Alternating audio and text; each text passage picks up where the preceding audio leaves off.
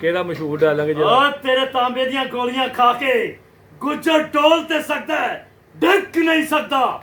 ਰੱਬ ਰਾਖਾ ਜੀ। अस्सलाम वालेकुम जी। ਵਾਲੇਕੁਮ ਸਲਾਮ। ਕੀ ਹਾਲ ਹੈ ਰਾਣਾ ਸਾਹਿਬ? ਆਈ ਲਵ ਯੂ। ਮੇਰਾ ਆਪਣਾ ਕੈਮਰਾ, ਤੁਹਾਡਾ ਆਪਣਾ ਕੈਮਰਾ। ਜਨਾਬ ਅਸੀਂ ਭੱਟੀ ਸਟੂਡੀਓ ਆਏ ਹਾਂ। ਅਜ਼ੀਦੀ ਰਾਣਾ ਸਾਹਿਬ गुज्जर लौरिया ये फिल्म बन रही है ना जी इंशाल्लाह ताला। साईं साहब हमारे लव हैं और इस टाइम वो हम मौजूद हैं भट्टी स्टूडियो गुज्जर लौरिये का। आखिरी गाना रिकॉर्ड करवाते हुए लाइक शेयर इतनी कर दिए कि गुज्जर लौरिये पूरे लाहौर के गुज्जर दूसरी फैमिली आ जाए। और ये फैमिली फिल्म है, हमारी फैमिली देखेगी तो आपकी भी देखेगी इंशाल्लाह जी। ये गाना भी बना रहे हैं बाजवा साहब हैं, शवाब कादमी साहब, अपना शवाब साहब हैं मौसीकार। ये गाना देखे ये बन रहा गाना ये दी राणा साहब है।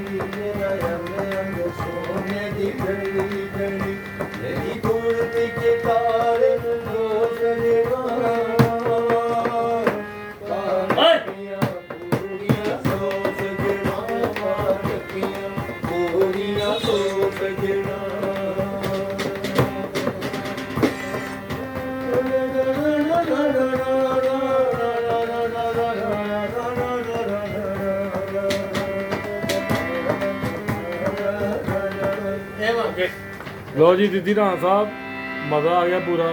ਤੇ ਤੁਹਾਡੀ ਫਿਲਮ ਆ ਰਹੀ ਹੈ ਤੇ ਕਿਦੋਂ ਲੱਗਣੀ ਤੁਹਾਡੀ ਫਿਲਮ ਸਾਹਿਬ? ਪੂਰੀ ਕੋਸ਼ਿਸ਼ ਹੈ ਸਾਈਂ ਜੀ 14 ਅਗਸਤ ਨੂੰ।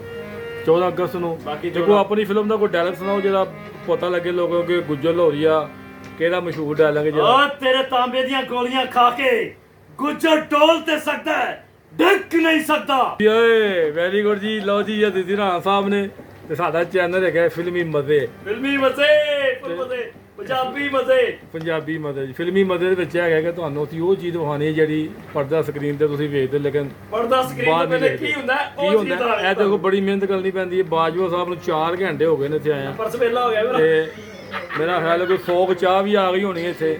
ਦੀਦੀ ਰਾਣਾ ਸਾਹਿਬ ਨੂੰ ਮੁਸੀਬਤ ਪਈ ਹੈ। ਚਾਹਾਂ ਬਲਾਈ ਲਿਆ ਰਿਹਾ, ਮੰਗਾਈ ਜਾ ਰਿਹਾ, ਸਿਗਰਟ ਮੰਗਾਈ ਜਾ ਰਿਹਾ। ਗਰਮ ਪਾਣੀ ਤੇ ਪੱਤੀ ਖੋ ਰਿਹਾ ਨਹੀਂ ਹੋਣੀ।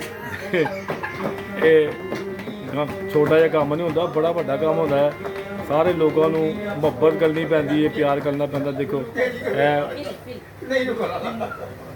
ਸ਼ਫਾਕ ਸਾਹਿਬ ਨੇ ਮੌਸੀਕਾਰ, ਬਾਜਵਾ ਸਾਹਿਬ ਇਹ ਬਣਾ ਰਹੇ ਨੇ ਗਾਣਾ। ਦੀਦੀ ਰਾਣਾ ਨੇ ਐਸੀ ਗੱਲ ਕਰ ਦਿੱਤੀ ਹੈ ਕਿ ਤੁਹਾਨੂੰ ਕੀ ਦੱਸੀਏ। ਬੜੀ ਓਨਰ ਕੀਤੀ ਸਾਡੀ ਇਹਨਾਂ ਨੇ ਜੀ। ਅੱਲਾ ਦਾ ਭਲਾ ਕਰੇ। 10 ਮਹੀਨੇ ਲੱਗੇ ਜੀ ਫਿਲਮ ਗੁੱਜਰ ਲੌਰੀਆ। ਇਹ ਹੋਈ ਹੋਇਆ